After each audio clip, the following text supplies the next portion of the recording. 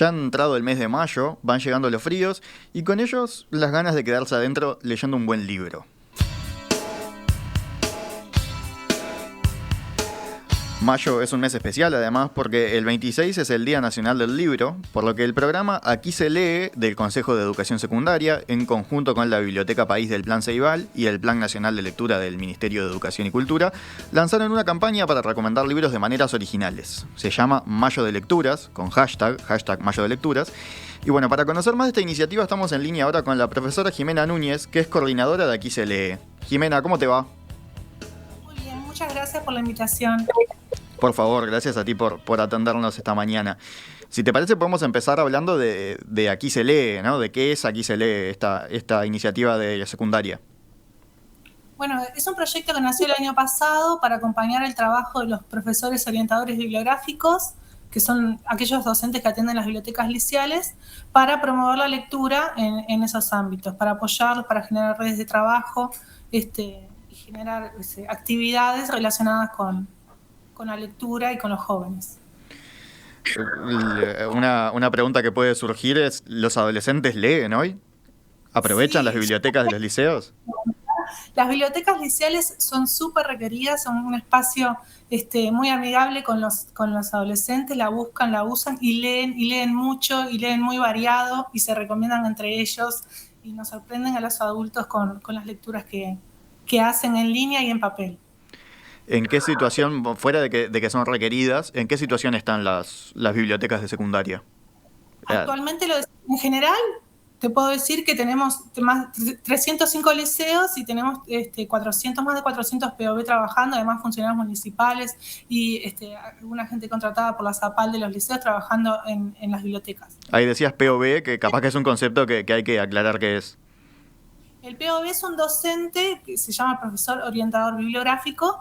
Es un docente que surgió el cargo en el 2007, ya tiene 13 años, que se encarga justamente de gestionar la biblioteca, toda la parte técnica la maneja la Biblioteca Central de Secundaria y yo me encargo más de la promoción, pero es el que atiende lo que diríamos el bibliotecario, gestiona los préstamos, las devoluciones, pero también es el nodo entre el proyecto de centro y las clases de aula para generar movimiento en el uso de los materiales, no solo libros, sino otro tipo de materiales que puede haber en una biblioteca. Hay bibliotecas que hasta prestan instrumentos musicales, por ejemplo.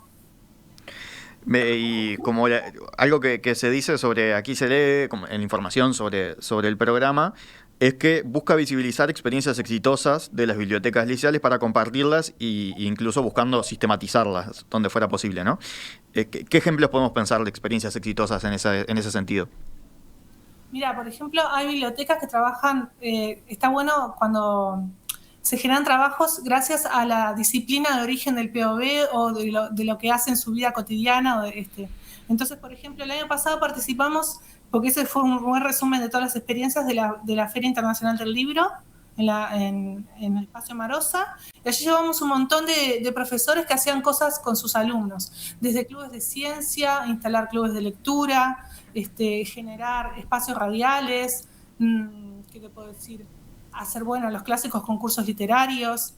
En general, muchos piensan que es en mayo donde la biblioteca tiene que hacer cosas, pero por suerte las bibliotecas liceales trabajan durante todo el año generando espacios para la lectura y la escritura, muchas veces los chiquilines.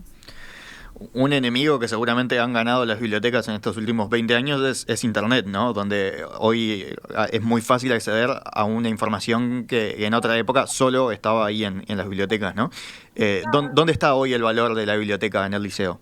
Claro, justamente porque ahora la biblioteca quizás no se use tanto para estudiar, porque el manual de texto no se usa tanto, o se consigue en internet mucha información enciclopédica de referencia, pero en realidad está el trabajo del docente de aula que va a la biblioteca y trabaja con los chiquilines utilizando ese material que aún está en biblioteca, está en el asesoramiento que le pueda dar el POB o el mismo docente de aula en cómo usar los recursos que encuentra en internet, porque está todo, pero no se encuentra tan fácilmente, siempre tiene que haber un mediador.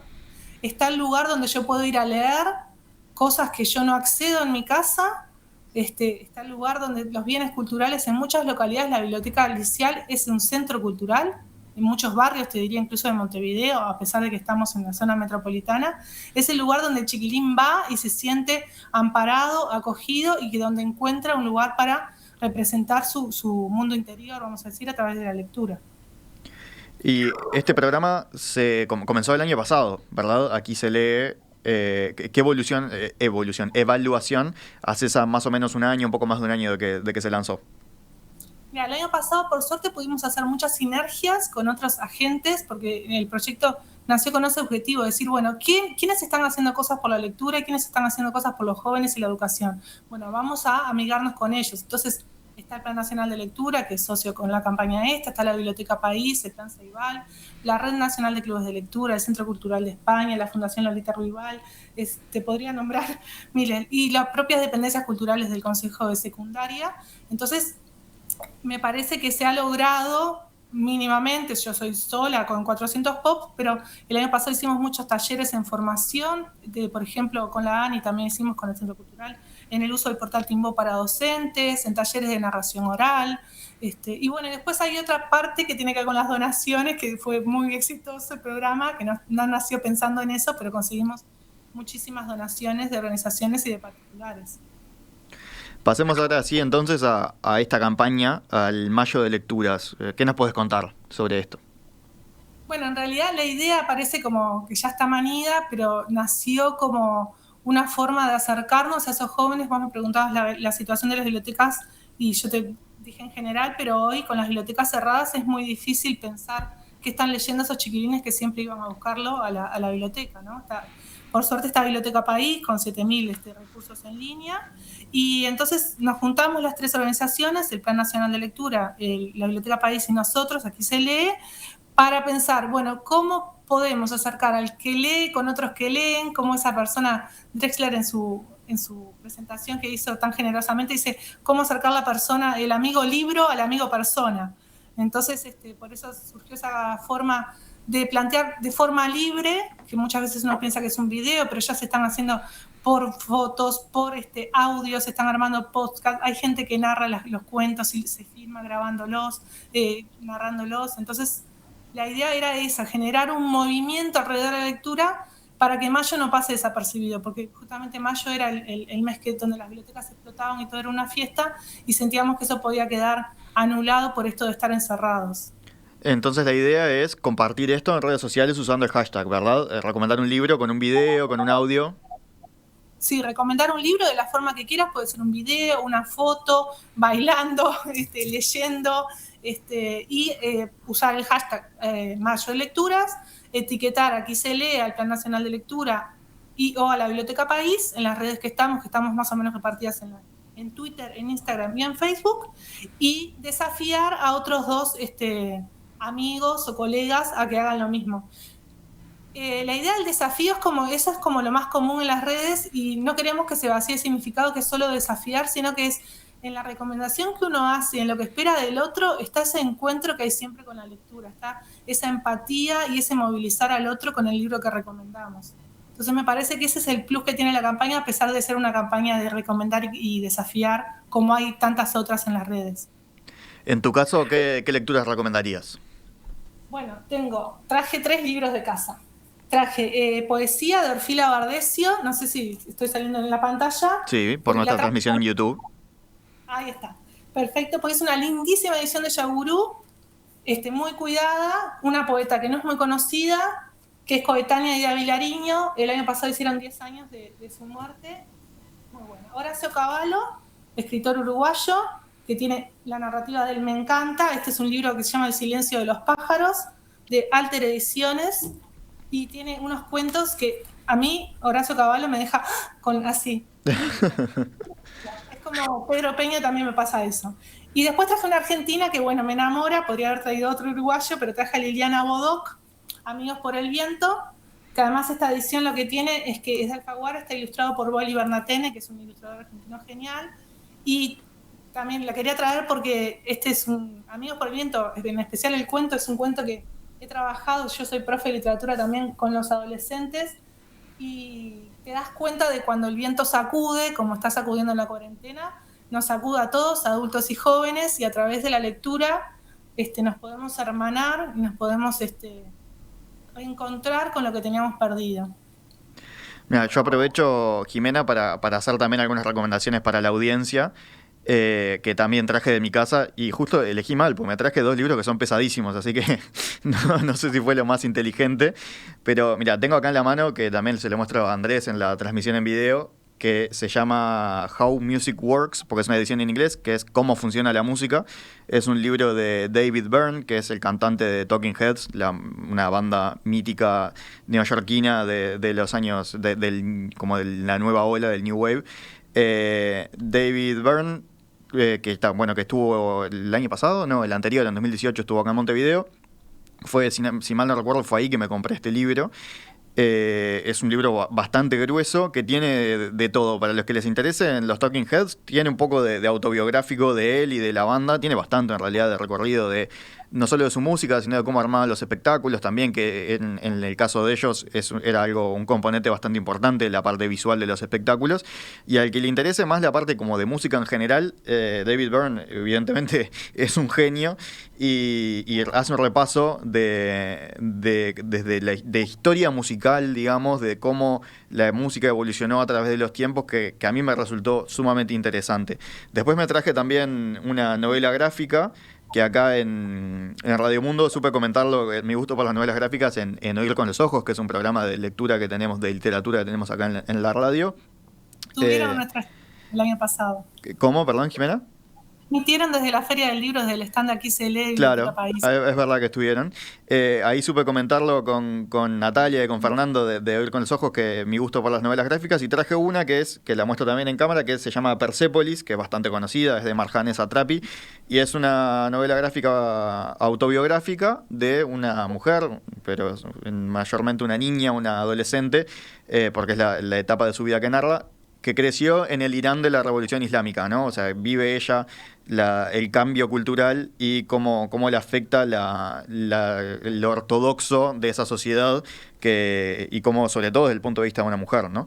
Y es también, para los que les interese la cultura, conocer culturas distintas, es súper interesante, pero también a los que les interese la historia, ¿no? Conocer como ese periodo de la historia por alguien que, no por un libro que simplemente te lo va a comentar por afuera, ¿no?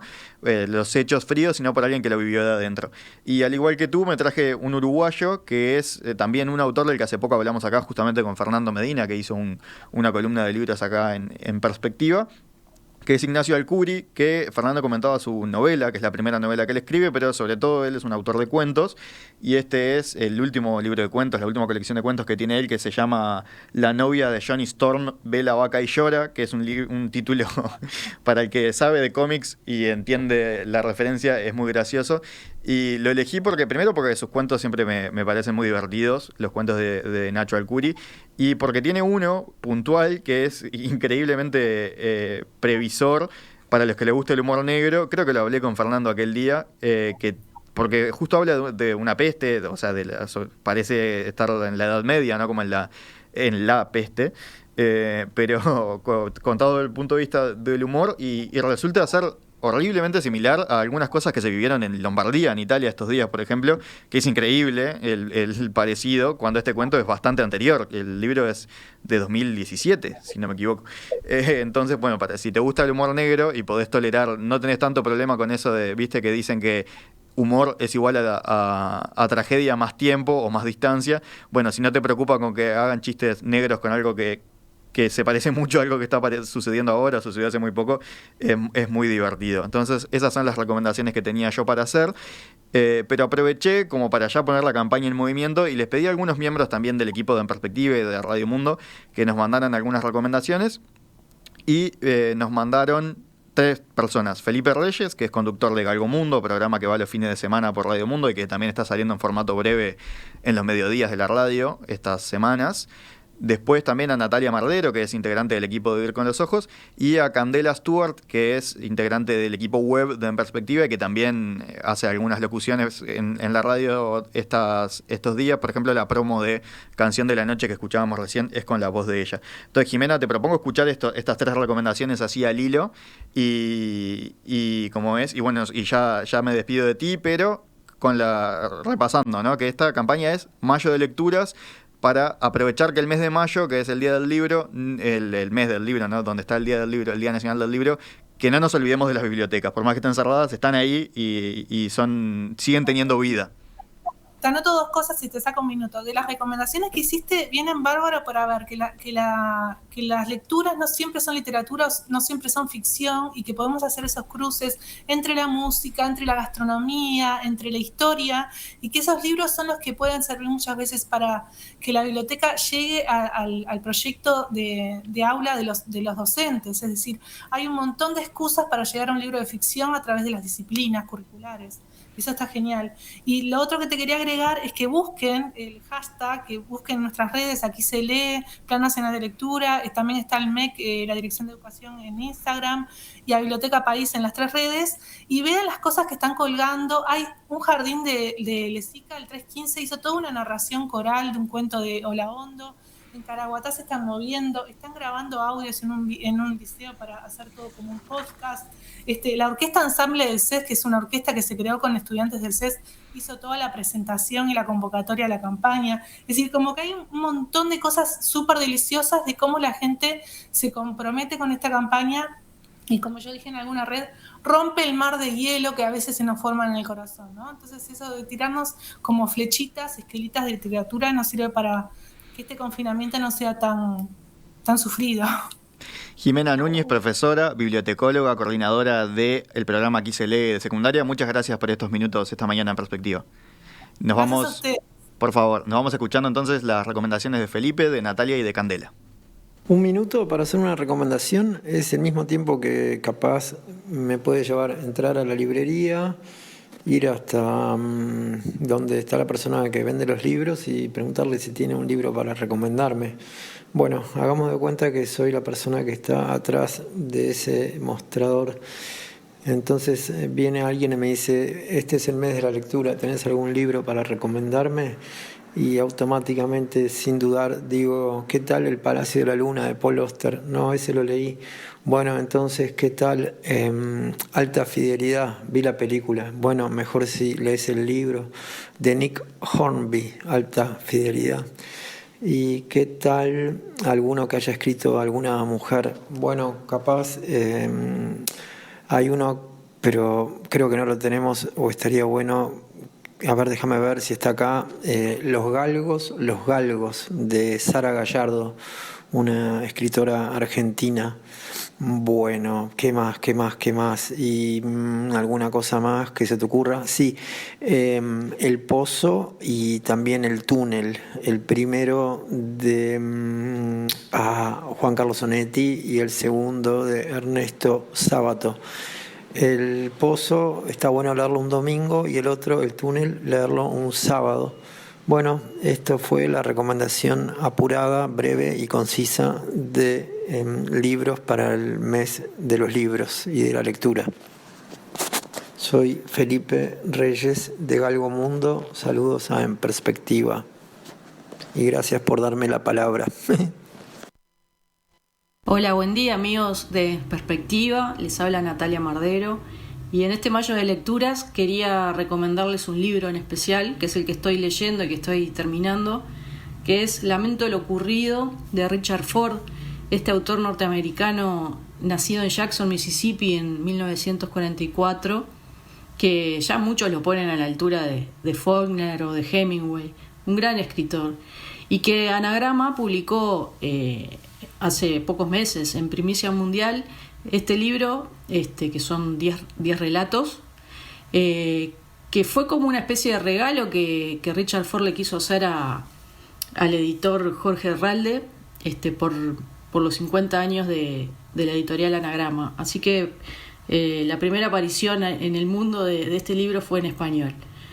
Y bueno, los cuentos la verdad que no defraudan. Acá el autor, como suele pasar, despliega todas las virtudes que lo han convertido en un narrador así de primera línea. Y bueno, nos presenta esas situaciones que a veces uno piensa que son intrascendentes, ¿no? Como la intrascendencia de lo cotidiano le da un valor, y tenemos situaciones muy comunes, fugaces, con personajes que están un poco quebrados y que se encuentran y se vinculan y también se alejan Y es muy crítico también con la sociedad norteamericana, como suele pasar en sus otros libros. Pero la verdad que hay una prosa, como siempre, maravillosa y que vale la pena descubrir. Así que bueno, los recomiendo este Lamento de lo ocurrido de Richard Ford, editado por Anagrama, o si no cualquiera de sus libros, que la verdad que no los va a defraudar. Así que bueno, espero que tengan linda lectura de mayo y bueno, nos estamos viendo. Saludos. En mayo, igual que en abril y que desde el 13 de marzo, recomiendo la lectura de clásicos. Yo el mes pasado agarré del fondo de mi biblioteca El Conde de Montecristo, de Alejandro Dumas, que es una verdadera novela de aventuras, que con 1200 páginas quizá no hubiera habido mejor momento para esta relectura que en medio del confinamiento. Además, la primera parte tiene a Edmundo, a nuestro personaje principal, en una cárcel durante 14 años y es un buen ejemplo, un poco extremo, de cómo sacar provecho del distanciamiento social.